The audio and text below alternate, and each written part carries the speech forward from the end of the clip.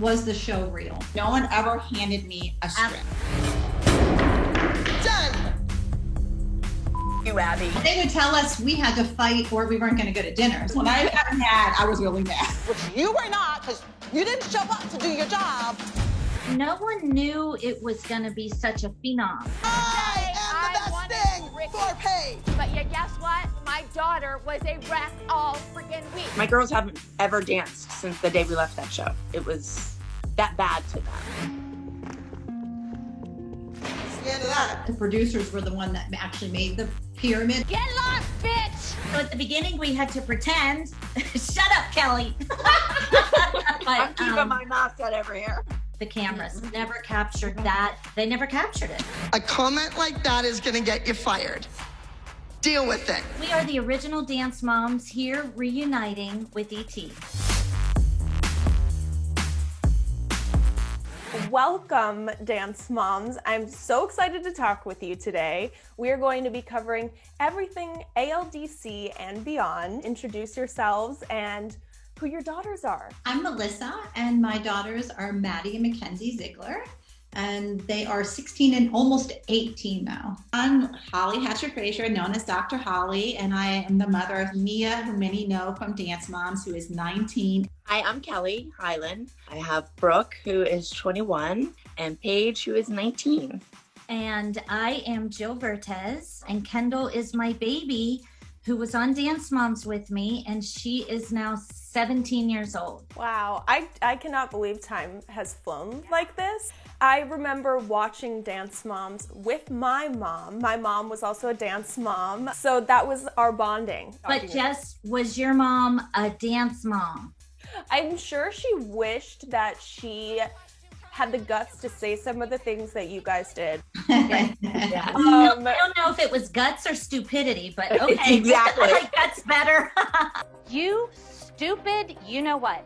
No Really? one said yes, really. First of all, let's get into why you're all here. Your podcast, because mom said so. What inspired the decision to start a podcast? So I was thinking about all the ladies, and I thought we should do something together. The moms we've had such a great bond together, and our girls still have an amazing bond, and so do we. So I called all the gals and said, hey, can we get together? So we decided to get together, and we brainstormed. And we thought it'd be really fun to get together and do a project. What kind of things are you going to be covering on the podcast? We talk about really no topics are off limits with us as usual. We like to give advice and we like to tell stories. There were, a ton of iconic fights on the Dance Moms, the show. So are we going to get a little bit of that in the podcast, or are we all just like smooth sailing from us? Oh gosh, no, there's no fighting. I hope we're not fighting. Our fights were like, I first of all, doubt they would tell us we had to fight or we weren't going to go to dinner. Were there any moments when that actually got real? Oh yeah. Oh, it was Oh, yeah. real. When I got mad, I was really mad. Oh yeah. I liked when you got mad, Holly. Just saying. Abby, I would not go there. This is ridiculous. I think you've lost your mind. I was going to say, It took you're a all lot very to get good Holly mad. actresses. The emotions were totally real. The tears were real. The anger, all of it was real because really we were protecting our children. I love that you're all still super close, but I can't help but notice there's a certain mom missing here. Are you guys still close with Christy? Absolutely. Yeah. Christy Kelly, was, I know you two are very close. Are you still in Yeah. contact? Yes, we are actually. But yeah, I talk to her all the time. So what's a reason why you think fans of the show should listen to the podcast? well, as my husband would say, we got a lot to say. Yeah. I mean, we're funny together. Like when it's all of us together, it's just, we start on one little subject and it just goes. Yeah. And I think it's nice that people get to see, the real us, of course. And, our kids have grown up in the spotlight, and just to show they're normal. All of our kids are such normal human beings. And I also think a lot of our fans and followers are invested in us, and they're invested in our kids' lives. They've watched them grow up, and they've grown up with our kids. And we all have evolved as women. We're not the same women that we were when we were on the cast of Dance Moms. And I think we want to share that with people, and people are interested, and we thank them for that. If I was on the show now, it wouldn't be good. I probably would be kicked off the show. Well, you guys definitely had to go through a lot, and you went through it together, which is why I assume you're so close. Take me back to how the show got started. Well, it's interesting to think that far back because that's almost a decade. But the show started really as this idea. When I first heard about the show, I honestly did not think it was real. I thought, who would ever watch a reality show about Pittsburgh? Like, From Pittsburgh. I was like, who, what, and why? I remember going in with Mia to audition for the show, and I let her do her own hair and makeup because, once again, I did not think it was real. So the girls did audition for the show. And then from there, I think 3 months later, we got a call while we were eating dinner that we were cast for the show. And I remember we left the audition, I told Mia, they will never pick us for this show because we are too boring. That's so funny. Well, and then they handed us these little cameras and they told us what to film, us as a group. I don't think they originally wanted our dance studio. They were going all over the country and they were going to get just kids from different studios, but then they just liked our group. So is it going to be a quiet day up here? Are we talking to each other? How did your families react? They thought it was a joke too, don't you think, guys? It was like 6 episodes, and they're like, "If you don't sign this paperwork right now, you're not going to be on it." And we're like, I remember calling Kelly. I'm like, "Are we signing this?" Well, Jess, no one knew it was going to be such a phenom. Like I came on season 2. They had reached out for me and Kendall to audition. And originally it was supposed to be for a couple episodes because each season, really, we never really knew how many episodes they were going to shoot, at least early on. Like it just kept going and going and going. And that, we'd sign on for 6 episodes and then they'd make you sign a contract for 23 more. We would shoot up to 36 episodes a season. You must have been exhausted. Yes. Well, that's why we were crazy. Because we were exhausted. Yeah, but we didn't want it was an opportunity for the kids. Like, I think all of us, we didn't do it we did it for the children. Oh, I didn't do it for me. No, yeah. Yeah. We wanted them, they enjoyed it. And we wanted them to see what it was like to travel. Literally, we traveled around the world. Having our kids dance, it was a great opportunity. And I think people didn't expect that. No one could have predicted the success of the show. And it really changed the landscape of reality TV with children in it, as well as dance. And I think for some things for the better, but I don't think our families could have predicted that. We certainly did. Yet never expecting it would be years long. Like it was hard for us who had other children at home because we would travel every weekend and be working every night. And our children who weren't on the show were without their moms. And that was difficult. What is one question that you would say fans ask you the most about your experience? Is it real? I think the question that fans ask the most, I think, is, was the show real? Well, was it? For me. It's real for me. Because people want to know, was it scripted? And I will say no one ever handed me a script. Absolutely I know there are reality shows which are loosely scripted.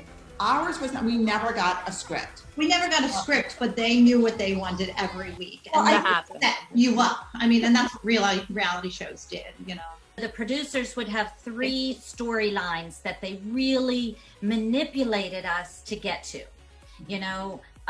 They would create these storylines just from listening to us talking. We had those mics on for 12 hours a day. So they would hear us talking, our personal conversations with our friends or our children on our phones, home to our husbands. So they knew what was going on in our lives. And I know for me, it took me a while to figure that out. I'm like, how'd they know that? Oh, they heard me talking on the phone when my mic was on. And we're like, wait, Yeah. turn it on. But so I can imagine at some point they probably caught you saying something that actually did turn into a real fight. Because Absolutely. right? I think absolutely they did that. Like they gave all the moms a letter from me. I think it was an invoice for something. All of the moms received a letter from an attorney saying to cease and desist discussion of Melissa's personal life. So it's like, Yeah, I do. I remember that. They created situations to get us all wound up. Right. They're to get the group. And no one knew the truth. No one knew. I would never sue my friends, just saying. Is there anything, like, could you not talk about that during the time of filming? Oh, of course, but they can edit you any way they want to edit you. Yeah, there were a lot of things said, not in the context where they had us saying them. Remember when Kira, for instance, threw a bottle at a camera person or a producer? You're trying to make up to cause drama. So walk your that way. It was so funny. And it made it look like she was throwing it at one of us. And she really... Well, but she was mad. She was mad at the producer. She whipped the bottle and they made it look like she was throwing it at Jess. And she didn't. I do love the cutaways of your faces. Those are, I do too. Or eye rolls and... Well, I'm going to take you on a little trip down memory lane here. Ooh la la! Maybe it's just me, but every time Kathy and the candy apples came around, we walk in and there's Kathy. A Prada bag. I don't have time for my enemy. I don't want to look at that woman. I got a little bit excited, okay? Christy can come after me. Get out! Oh my God! You're gonna hit me with your purse? Yeah. Obviously, Jill, you went over there for a little bit. Look at Jill's face. Jill, you have to answer this question because she's your BFF. Not to my liking. I had no choice. Kathy was the antagonist of the show. So don't say anything about my child ever again! The producers loved Kathy and Vivi. I pretty much took center stage and I improvised. What is she doing? This is my opinion. Vivi didn't even like to dance. Do you know what I mean? Like, our kids were dancers. They would, when the cameras were off, they were there till midnight still practicing because they wanted to be good. They wanted to look good. Vivi did it because her mom really wanted her to. But the producers loved Kathy and they wanted her in those shows at any cost. So they shipped me over there. You know, I didn't want to be there. And Kathy and I never really cared much for each other. So at the beginning, we had to pretend. Shut up, Kelly. But, I'm keeping my mouth shut over here. All right, Kathy, here's your costume. Hope the rhinestones give your daughter some luck. Yeah, Kathy was tough. She was tough. She didn't like me because I kind of feel like I saw her for who she was. She was using the system. She just wanted to be on TV and wanted her kid on TV. That's just my opinion. I think Kathy was there for all the wrong reasons, just to be an idiot and, you know, drive all of us nuts. And it worked. It worked. I didn't need to do that either. I will say she was entertaining. Yeah, I know. People loved her. That's why she kept coming on. She's a really nice woman in real life because we still keep in touch. And she's I just always really tell sweet. people that. When Really? fans ask about her, I always say, Kathy is very different, like talking to her in real life than what she appears on the show. Like she turns into like a cat or something when the cameras come on. It's really funny. You guys are cracking me up. Well, I want to also bring up the iconic pyramid. Let's move on to the pyramid. Was that pyramid set up specifically for the show? And did that ever draw a wedge between your girls? I think In the beginning, it might have bothered them. But then I think towards the end of the show, like after season 2, they were like, oh, this pyramid's just for the show. So, you know, but I think in the beginning it did bother them. Since Brooke's not in the pyramid, does that mean she's not going this weekend? Well, and then they figured out that the producers were the one that actually made the pyramid. And sometimes we would wait for hours to go into pyramid because Abby would be fighting with the producers. And then, you know, the pyramid, I mean, then we'd stand there for 5 hours, literally. I mean, that was the worst day of the week for the girls and for us. And All the fights happened on Pyramid Day. You're exactly right. Yeah. But we've all you said things. something mean to my face about mine. I said it to you. I did not say it to your daughter. It doesn't make it okay. Well, that we all have done it, and we need to move on. A lot of them. A lot of them. But it always started with Abby being angry with the producers because she didn't like either a storyline or the title of, because that's when she would give out, you have a solo, you have a duet, these people are in the group. And the producers would determine that, and Abby never agreed to it. I'm Abby Lee Miller. I know what I'm doing. She always wanted to change their plans, their pyramid, their solos. So we would wait, we would come, sit, ready to film, and sit there sometimes for hours waiting for Abby and the producers to quit their fighting and arguing. And how many times, guys, did she storm out, get in her car, pull away, and we're sitting there. An hour or two later, she comes back, right? Yeah, I think the whole idea about the pyramid and pyramid day, which usually was Wednesdays for us, was the pyramid. But we never before had a pyramid actually in the studio, but I think it represented the idea in her mind of who was on top and who was on bottom. As arbitrary as it could be, I think the pyramid always existed, but it wasn't in a visual format. Right. If you're in the bottom line of the pyramid, I think Abby's trying to tell you something. So I think it was very real, but the seeing it play out in reality is a really different experience. And I think what the ladies are saying is absolutely, if there was a disagreement about who would be placed or who would get a certain assignment, more so because if it wasn't a directive, then some kids would never dance and would never see the other spot on the pyramid except for the bottom. So I think there had to be someone else looking out sometimes, because otherwise some people would be absolutely neglected. Yeah, you're right. Agreed. Very much agreed on that. Get out. I kind of want to draw your attention to that. Actually, Holly, you brought up something interesting, and I'm going to direct this toward you and Jill. Why did you stick around for so long? People do ask that from time to time, and I think some people don't understand, well, if you don't like it, leave. And I am a person who believes very firmly that we leave when we say we're ready to. Whatever you're doing, double it. I don't want anyone in my children's lives to dictate to them, you leave because I'm forcing you out or because you're not wanted. It's your choice, and I always make Nia's choice. Whenever you're ready to leave, we can leave. So that's the reason why we stayed.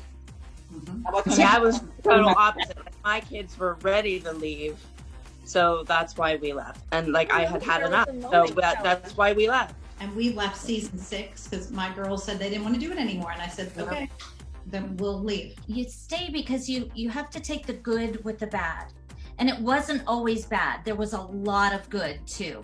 I mean, the kids walked on red carpets. They met superstars. They won, Nickelodeon awards. They got to, sing and have #1 songs. So for me and Kendall, there were times when I said, okay, I think we're done. And it was hard. The producers wouldn't let you just walk away. But then, Kendall would say, well, yeah, but I really... Hey, you got to fight like me, and then you can get out. I had to smack Abby and pull her hair. Girls out the room. Yeah, you wouldn't even. So bottom line is you have to take the good with the bad.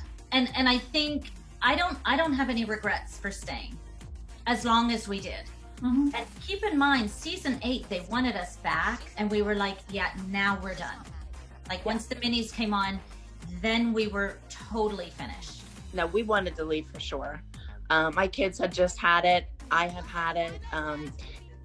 My kids' personalities really changed.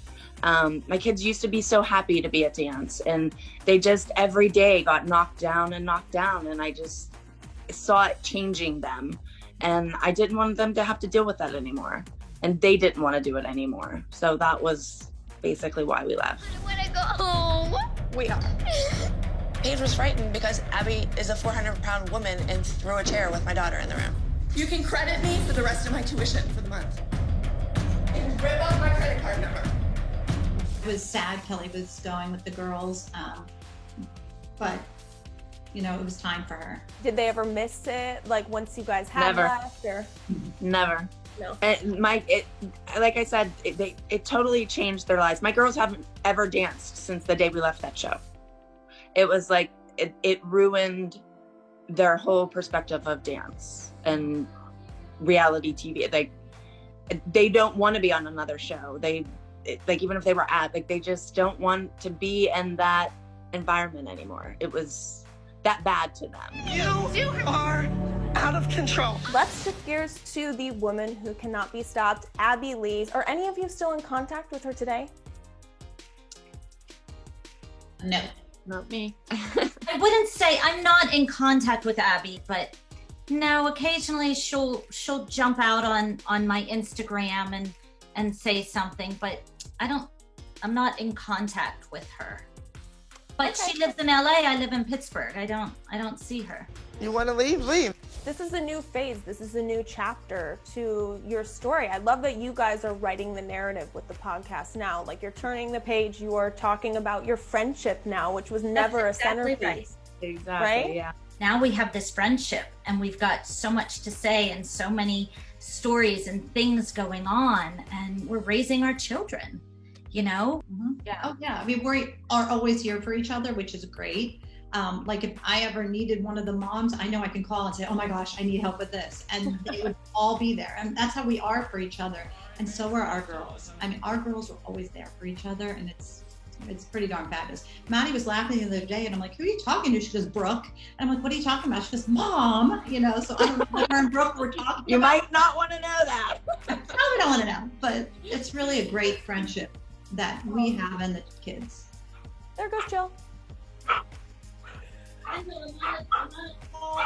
That is Jill. She is so funny. Sorry, I'm so sorry. There's a cult following around these amazing women that you've raised. Do you think it was all worth it? I think that, you know, being on the show is for sure worth it. I mean, it was hard, but it was so much fun. And these girls have lasting friendships as well as we do. Our kids are all very successful and very kind, humble, sweet individuals. So, I mean, I think we're really blessed.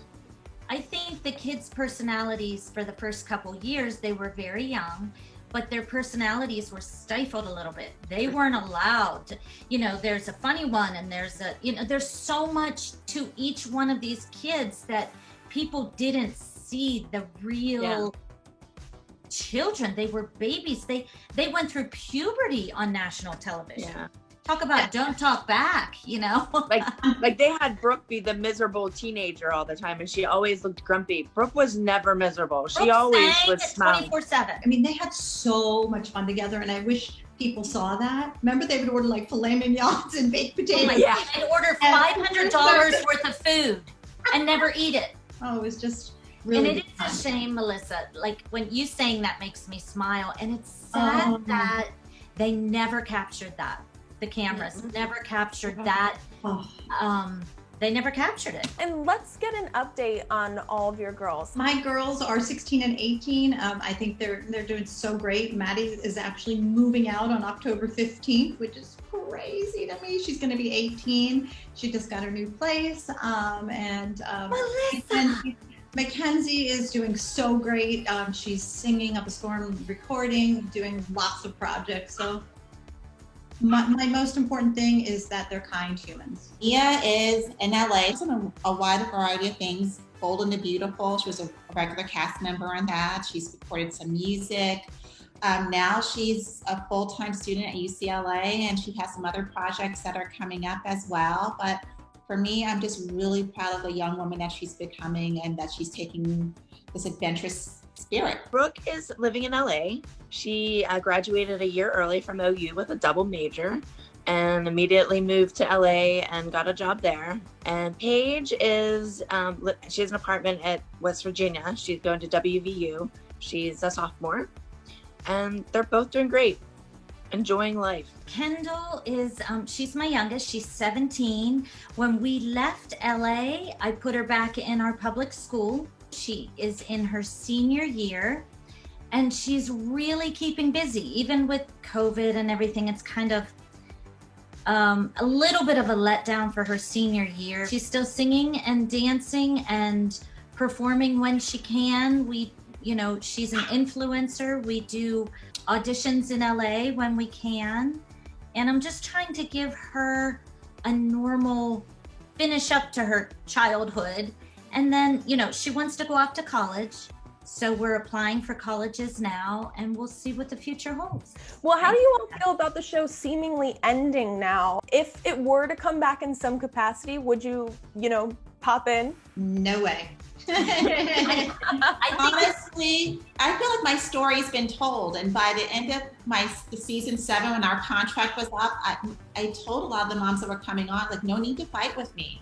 I'm just here to finish telling my story. And I think everything we've needed to say has been told. And Well I said. leave on a good note. And I'm happy, I'm proud, I have no regrets. Very thankful and blessed, but our story has been told. What's one thing you would want fans to